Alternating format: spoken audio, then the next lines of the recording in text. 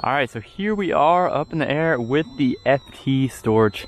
What's going on, guys? Noah here with CustomRCMods. And today I have my first initial flying thoughts as well as my thoughts on the build of the FT Simple Storch.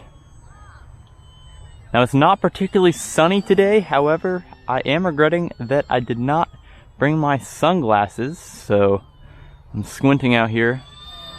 That's alright. We got a good flying airplane that's big, easy to fly, and easy to maintain orientation, so shouldn't have too many issues for today's flight. There's also no wind, completely calm, so we're good to go. And this plane loves the calm air.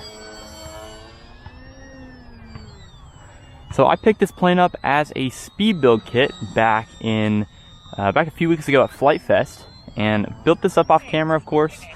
And I'm really excited because this thing flies great. This is my first ever speed build kit that I've ever made, and it was so smooth.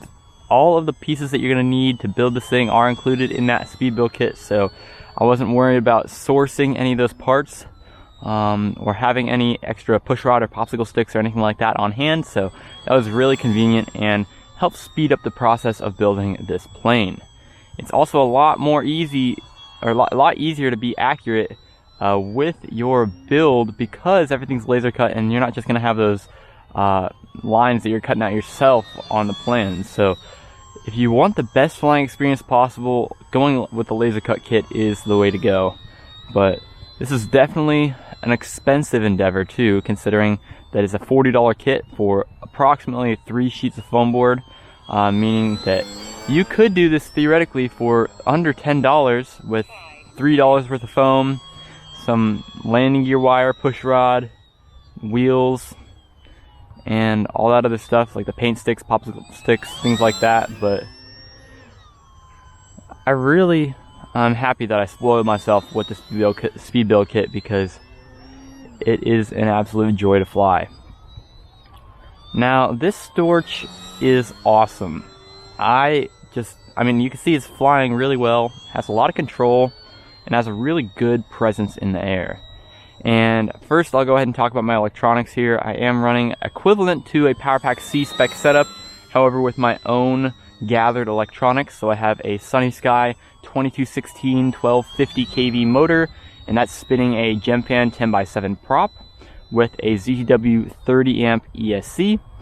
And then I have 4 SG90 servos on each one of my control horns, or control surfaces, and then of course an AR600 receiver from Spectrum bound up to my TX16S radio.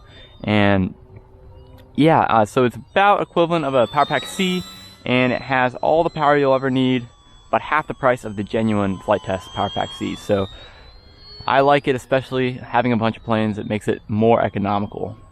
Now, the best way that I can describe how this plane flies is basically just a mix of the Simple Cub and the Simple Soar. If you've built those planes, it's got all the high wing advantages of a Simple Cub, low center of gravity, nice self-righting tendencies with that dihedral in the wing, but it also has a nice wide wingspan, so a good glide slope on there as well, and it seems pretty well behaved on low power, just like the Simple Soar. So I really like that about it because those two are both really good planes on their own, but mixing them together gives a very unique flying experience for this airplane. You can see it's super smooth, and I'm only at about a quarter throttle for most of this, and as soon as I accelerate I'm just at half throttle. I'll do a full throttle pass for you here real quick. You can see it has good speed when you need it to, and obviously that's depending on the motor you put into it. But for about the PowerPack C spec, this thing is going to have all the power you need. Pretty much full vertical on there, and that's all that you're really going to need.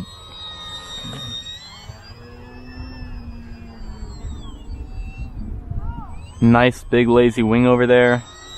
Good rudder authority and good control surface authority in general on these airplanes. First things first, that's because those control surfaces are pretty big, but also the nice thing about the ailerons is that you can make them 2 different sizes depending on your skill level. So if you're a beginner, you can make a half-length aileron, or if you're advanced like me, you can do a full-length aileron like I've done, and you can get a lot of good roll authority on this airplane. So that's really nice, It's an added benefit that you can really take advantage of depending on your skill level. And if you wanted to, you could even add flaps on this plane.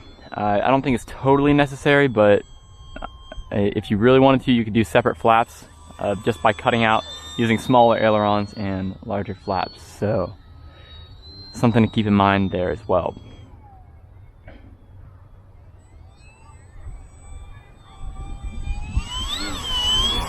Looks like we got a kid over there.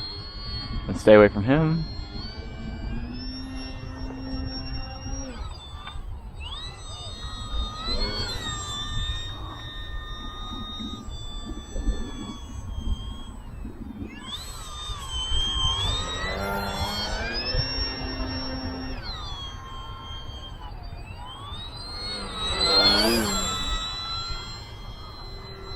Flying really, really nicely.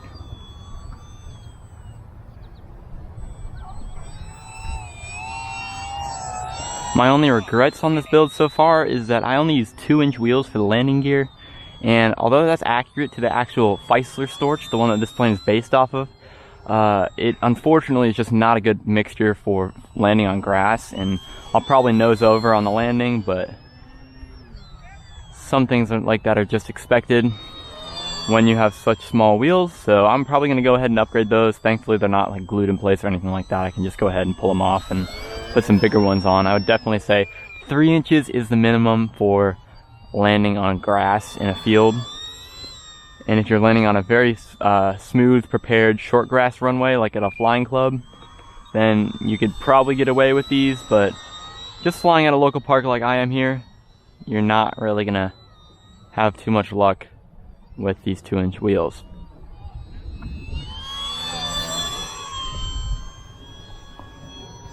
Needs barely any power at all just to stay off the ground, and it's very well behaved.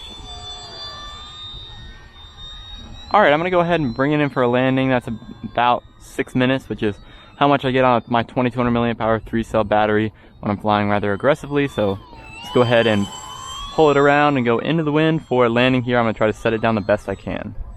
A little squirrely. Yep, so got those mains down, but folded right over. That's going to wrap it up for the video, guys. Thanks for watching as always. If you want to see more with the FD Storch, got any questions, comment down below. Like, subscribe as always, and I'll catch you guys in the next one.